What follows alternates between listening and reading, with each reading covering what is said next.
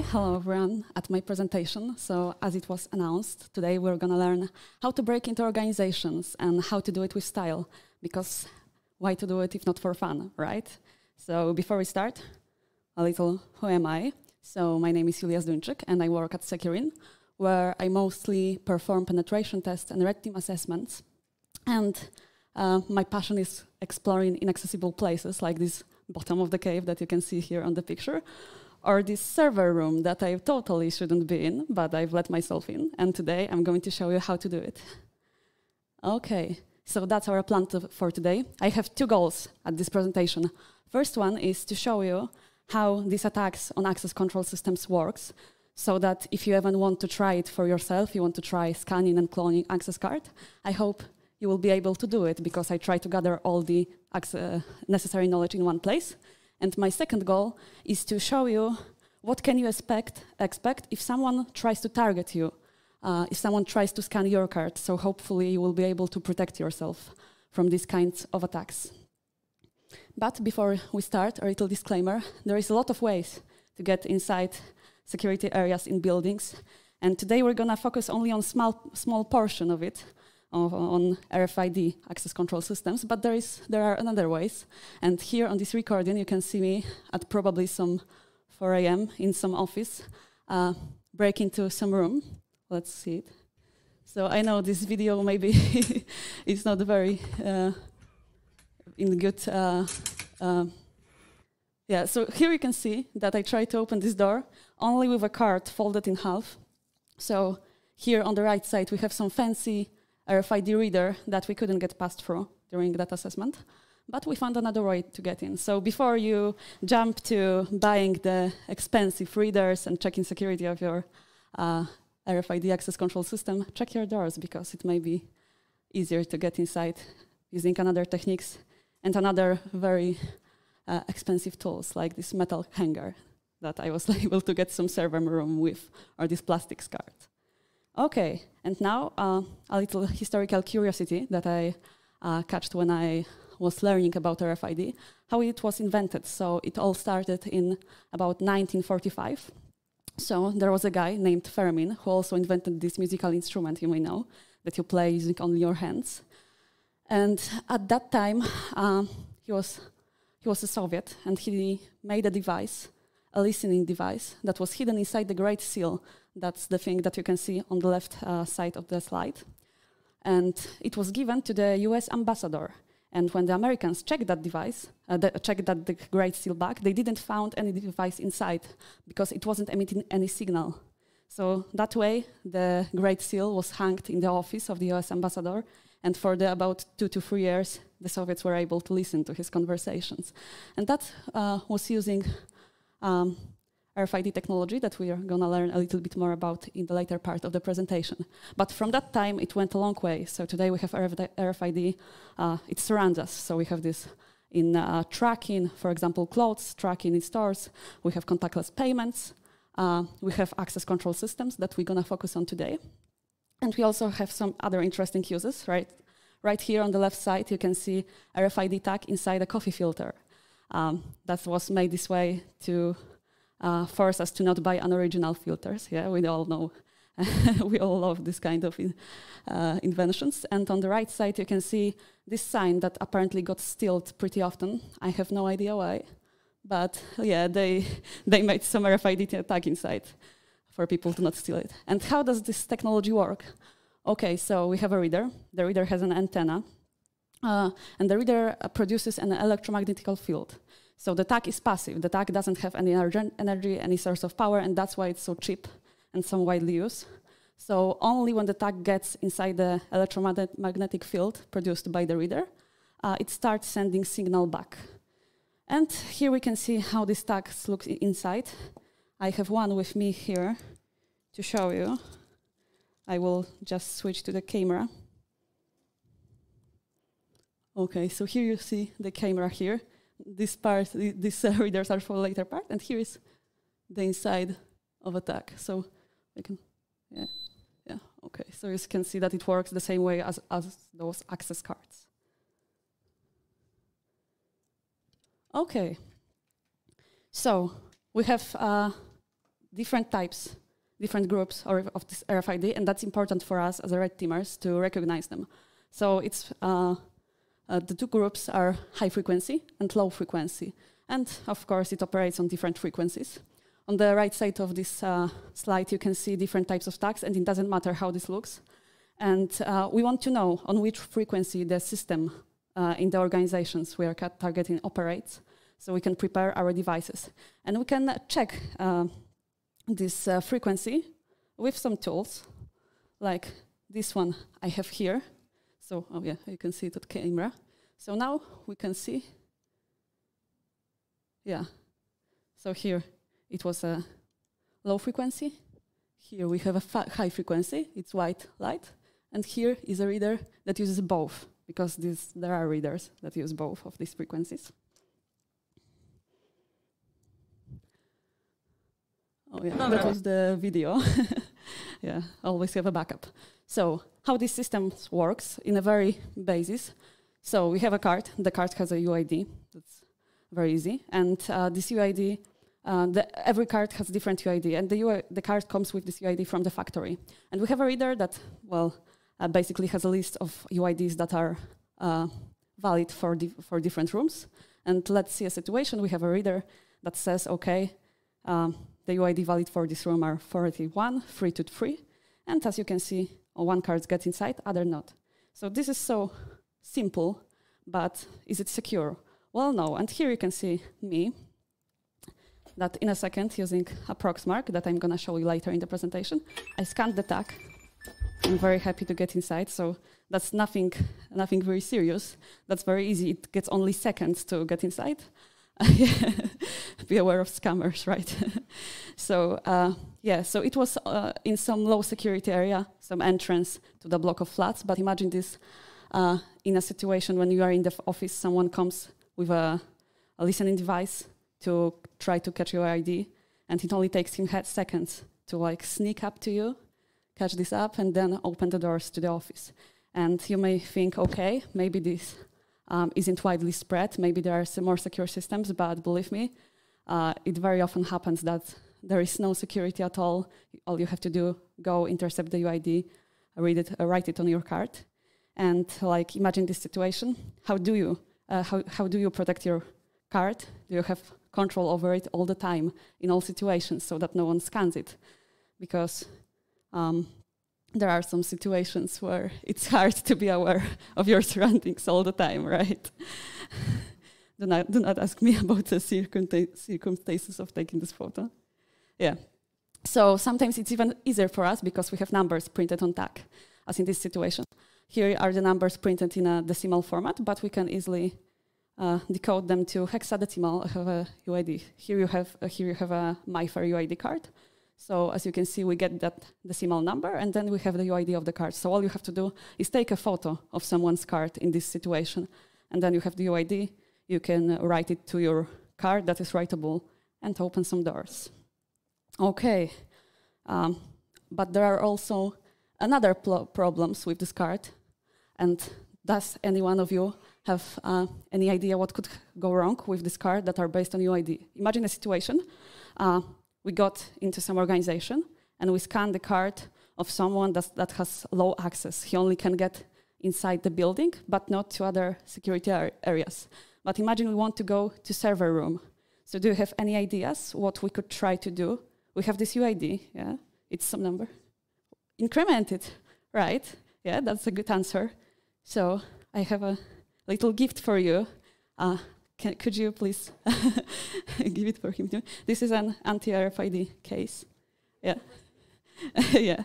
So yeah, that's right. That's very easy to do also, because the idea is that the UIDs should be different and should be random when they are shipped from the company. But it often happens, and it happened to me during one of the assessments, that the UID were sequential. So let's say we got the card from one employee, his UID is 111, and we opened the door to the company, but we didn't open the door to the server room. What we do?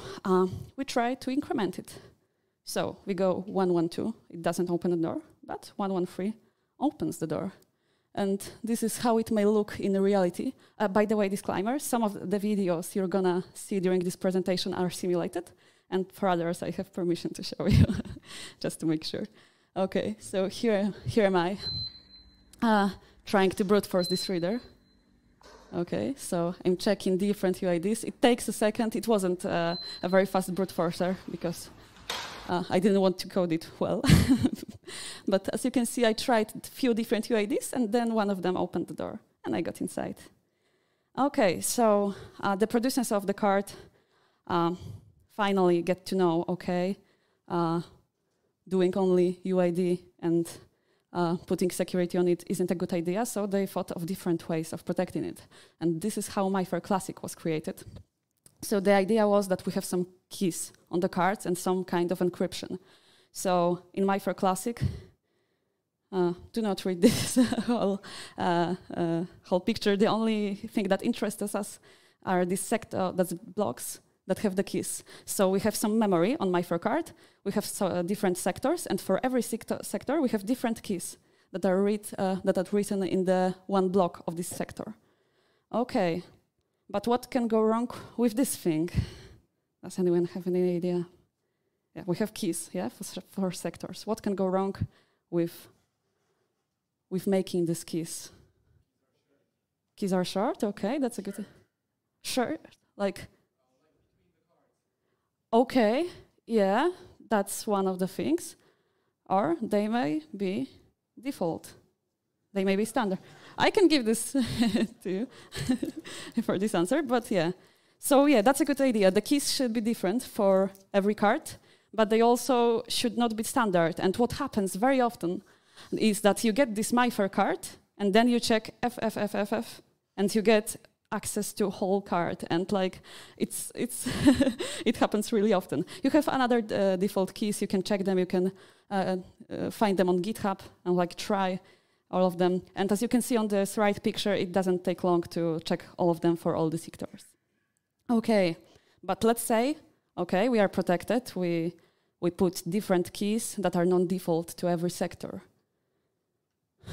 But we have this beautiful cipher that was implemented in MyFair Classic that's called Crypto1, or Crypto1, which is not a good cipher. So around 2008, a group of researchers checked this cipher. They reverse engineered it, and they find out that it was so bad that by now we have many different attacks on this cipher. So even if you do not have default keys on the card, it should take only seconds to get access to all the sectors. And we are gonna see it live if everything goes right.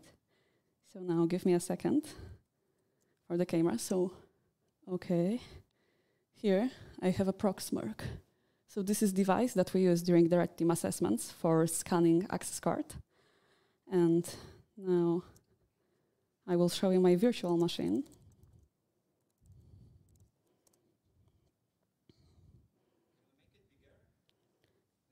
The camera, okay. Give me a second. Oh. Okay.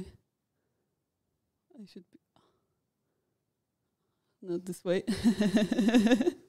It's not so easy. Okay, so that's the camera, but we also have to see the terminal. So, yeah. So now the terminal. Please tell me if you see. Is it big enough? Okay.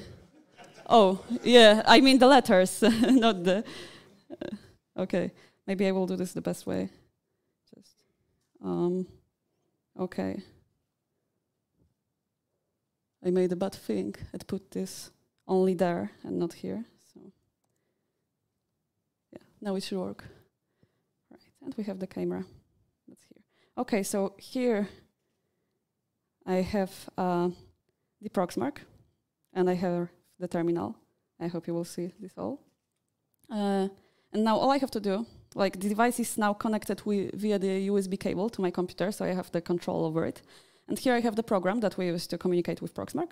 And like it's really easy, because all we have to do is put this very convenient command that does everything for us, and it will check all the attacks. Oh, Yeah, I didn't put the card. So now I'm putting the card on the Proxmark. Okay, so now, as you can see, it's checking different attacks because there is a lot of them. And it's not very hard for us as attackers because we don't have to know like the cryptography and everything that's inside and every perk of this program. All we have to do is put this command and it will do everything for us. And if we wait for 10 seconds or something like that, it should get this, the whole card. So as you can see, it's very easy. It works on most MyFair Classic cards. Yeah, give this a few seconds. Yeah. Okay, so what it did, it checked for the default keys and then it started running different attacks. We have a nested attack, we have a dark side attack. So it was checking them one after another. And as you can see, it's finding another keys for different sectors. So here we have sector 10, sector 11. And as you can see, these are non-default keys on the right side in these green letters. And here we have all the keys to all the sectors on the card. And if we check this card, we can see the inside of it. Yeah, as you can see, we have some interesting data on the card, some flag. Yeah, so that's it. As you could see, it was pretty easy. And yeah, so actually, that would be all for the technical part because as you saw, these misconfigurations are very hard to understand. So practically anyone would be able to understand this and run these attacks. But how to use this in reality, because we have to get access to this card. And that is where the fun part begins. But I have to, oh no. I have to show you the presentation. Okay. Oh, and another thing, I used the Proxmark connected via the USB cable, but we also have these standalone modes that we can put on the Proxmark and it will work without the computer. Okay, and now let's go for the fun part and the thing I like to do. So what happens when we have the red team assessment? We get into the organization and we have to get access to those cards because that needs some social engineering aspects. And for this part of the presentation, I'm gonna need an assistant. So come here. So now I'm gonna give him a card, please. Okay. Okay. Yeah, so I gave him, yeah, I'm sorry. Yeah, so I gave him the card. It's a MyFair Classic card, if you could to the camera. Yeah, no, to this camera there. Yeah, so it will be on the recording, everything goes well. So yeah, so yes, so he has the card. And as a red teamers, we can divide this phase of getting access to the building into some phases. So we have an observation phase in which we have to be very aware of our surrounding and what's happening around us. So we want to observe the employees that are in this building and what are they doing. This is the card I gave him, by the way, so it's very easy to like recognize. It's a MyFair card because it says it, but you could check it by the numbers on the card. And now I have a question for you in this observation part. Who knows where the card is now? Yeah, which one? In the pants, left pocket. So, yeah, could you take it up? Like, okay. So you observed well. So please, if you could give him to him. So that's what happens during a red team assessment. We want to observe the employees, and we want to see what they are doing with this card. Then we're gonna prepare our devices and everything for the assessment, and then we're gonna execute everything that we want to do. So I have another question for you. Do not tell, only raise your hand. I already tried to scan his card, and who knows where this happened?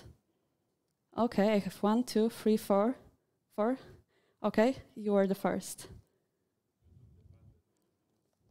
Yeah, so as you can see here, I hope you will see this. I have a little device hidden inside this. Yeah, it's a very professional. I used a lot of tape to do this. The more tape you use, it's more professional. So here inside is a Proxmark with some power bank. Do you all see this? Okay. So yeah, I use this to, in the moment I was asking him to put the card to the camera, I did something like this. Please, could you raise the hand with the card? Yeah, and then I do this way, yeah? And the proxmark, that was here, got this. And I can know that I got the read before it because it has some lights. And the red light indicates that I got the read from the card in this standalone mode. Okay, so now I would like to ask you to put this card again in your pocket. So I want to show you the distance at what we can read the card. So let's go back to the camera once more. Okay, duplicate. Okay, you see the camera, good. Now, okay, and now I will use this camera. Oh, yeah, so, yeah, you should all see this. So now I will put this proxmark in a continuous reading mode. Okay, so now it gets in a loop and it tries to read the card. And now I will try to read his card. So in this way, it doesn't read, it didn't read. Okay. Oh, you can see, maybe I can show you this a little bit better. So when it reads, at the bottom of the screen, you should see that it gets the UID. So as you can see, it's very close. So it's not easy to get so close to someone sometimes. It took me a little bit of time to learn how to do this, to not be suspicious and get so close to someone. But take the card out of your pocket. Now we should have a little bit more range, right? Yeah, no, oh yes. Yeah, it's a little bit more. But we can use different antennas for our proxmark, and that's what's important when I told you about checking the frequency on which the system operates. So now I was using the small antenna, but we have the big ones. I won't screw them in now. Wait, I have the camera, so I can show you this one. Yeah? So we have some big antennas that have a longer range. I used the big antenna in here, so it was easier for me to scan his card today. Okay, and that would be all. Thank you very much for helping me. Okay. Yeah. Okay, so back to the presentation. And now, oh, not this one. Yeah, it's the first time I'm presenting, so. Okay, now it should work. Great, okay, so now I showed you this like live. I'm very happy that not all of you saw this moment of scanning the card, but now you see how it works. So now I want to show you this on a situation that happened to me during a real red team assessment and how I incorporated all these phases into what I did. So first, I went for this observation phase. So I got into the organization, and first thing I did, I made a photo of a reader to get to know what technology they used. So I took the photo, I checked it online, I found out that it's a HID mini prox. And as you can see here on the picture from their site, it's a low frequency reader. So I knew what devices to prepare, what antennas to use. Then I checked up what cards it operates with. As you can see, it's a lot of cards, so it wasn't like very obvious from the start. And then I observed the people around me, as I asked you earlier to do, and what are they doing? So first I observed that there is one spot in this company in which the employees used to, leave their cards on tables, because it was a restaurant that was publicly accessible from the outside. And when I got there, like every day, there was some employee that was leaving their card when they going for food, to take their food. I also found another room in which they were using the cards with the keys. So, they were hanging them on their neck with everything they needed. And when they put the keys in the doors, they left the card.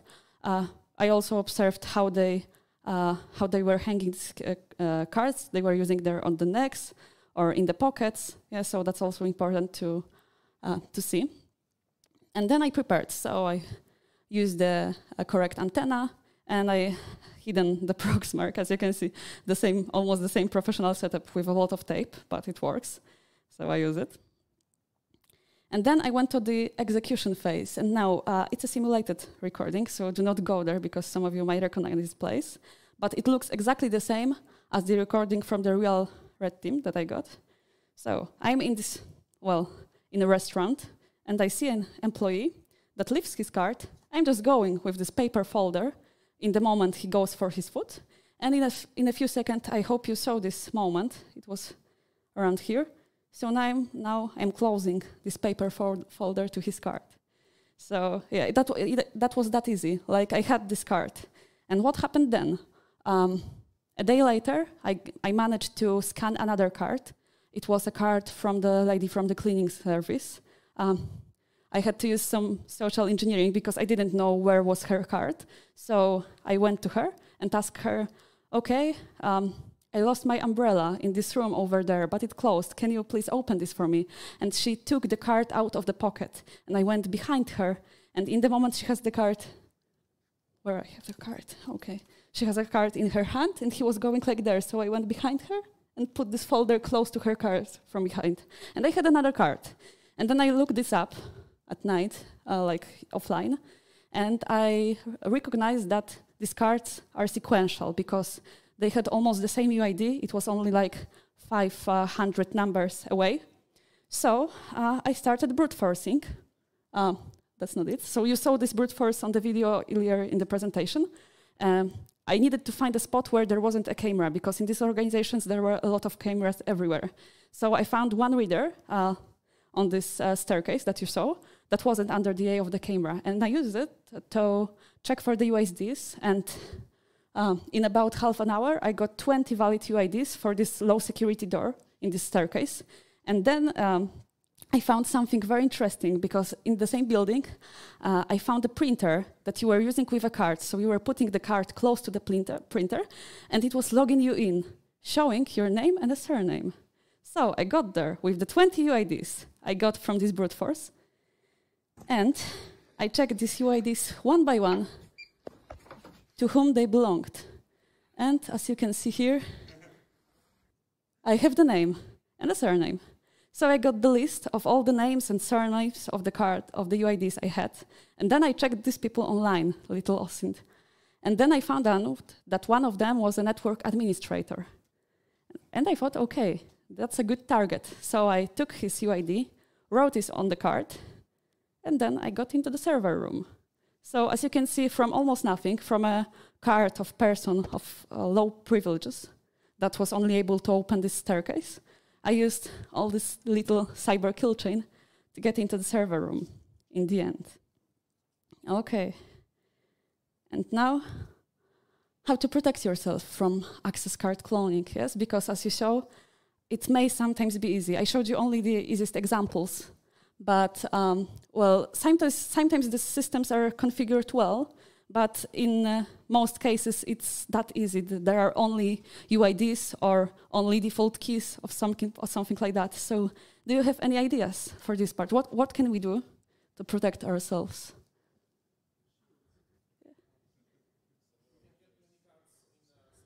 Okay, we went one after another, so first. Yeah, so like multi-factor, yeah. Okay, that's a good idea. I have another idea here. Okay, so that's a multi-factor as well, yeah? So no, physical keys instead. Okay, yeah, so we are going back to our roots, right? Yeah, it may be more secure, but it's not so convenient, right? Where many people goes to the same room and we have to have many keys in one organization to get there. Okay, do we have different ideas? Auditing and logging. Yeah, that's a good idea because what you saw when I brute forced this card, like if we had some login, someone would see, okay, someone checks 100 on 1,000 UIDs in one day on the staircase, one after another. Yeah, that's something strange. Okay. Use biometry instead. Okay, that may be a little bit more expensive, right? And we know that money counts. Another layer. Yeah, maybe only to these high security areas like server room. Yeah, it is. Yeah. Oh, we have one person there. If you can go to. Go remote. Don't have an organization, yeah? Well, remote working, we all love that. Yeah, that's an idea. Probably it would create more problems with security and other problems, but yeah, that's one of the ideas. Maybe create some hashes which are stored on the server. Hashes stored on the server? Which are connected to some cards. Yeah, but...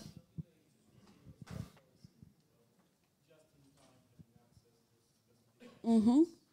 Okay, so with the hashes, it would be similar to this encryption, right? Because I showed you the example of the encryption that was bad, but some of the cards already use, for example, AES in today. So yeah, that's a good encryption. And also, I had a good idea here. So like a time policy. So you only can get access to this room, to these rooms at some hours that are. Like allowed. Covered. Yeah, and it would work for me because the first time I got to this server room, it was about 10 p.m. So it was strange to get to server room randomly at 8 p.m. or 10 p.m. Do we have any different ideas? I heard someone said card holders that I'm giving you here. Yeah, I probably should give some of them because I have more. So please, Joanna, if you could give one to this gentleman there that had a good ideas for those systems. Yeah. Oh, I can give you like 3 because there were more people here with the ideas. So yeah. So anti-cloning card holders that I'm giving you. As you can see, you can buy them even in unisex form. So it's very convenient. But yeah, well, it may work. It adds another layer of security, but like you have to buy them for all your employees, and it also probably will make them like put their card out of it because it's not very convenient for them for use. So that may be an idea, but maybe not the best one. Like it's not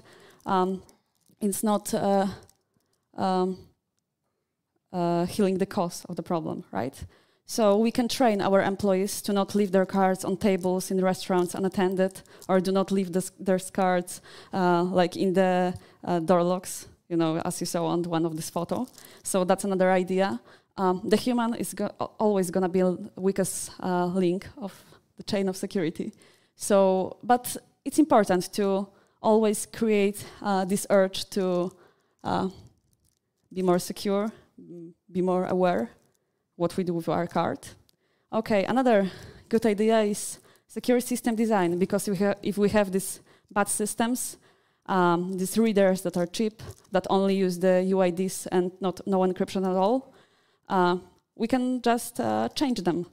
It will probably be like it will generate more costs, but that's probably the best idea. But you also have to remember to configure those readers well, because the default keys is like one thing, but you can also can buy this, for example, MyFair Desfire that you can see here, and it uses AS or DES or nothing, and it only depends what button you will click in the program, like in the system. So we can buy very expensive readers and then configure it badly, and you will have this card with AS, and it will not use it at all. And it also happened. So yeah, that's all like real stories. 2FA, as you said. So for these high security areas like server rooms, you can use keys on pin pads or others. Yeah, so that are all good ideas. And yes, that would be all for me. So special thanks to everyone that helped me with this presentation.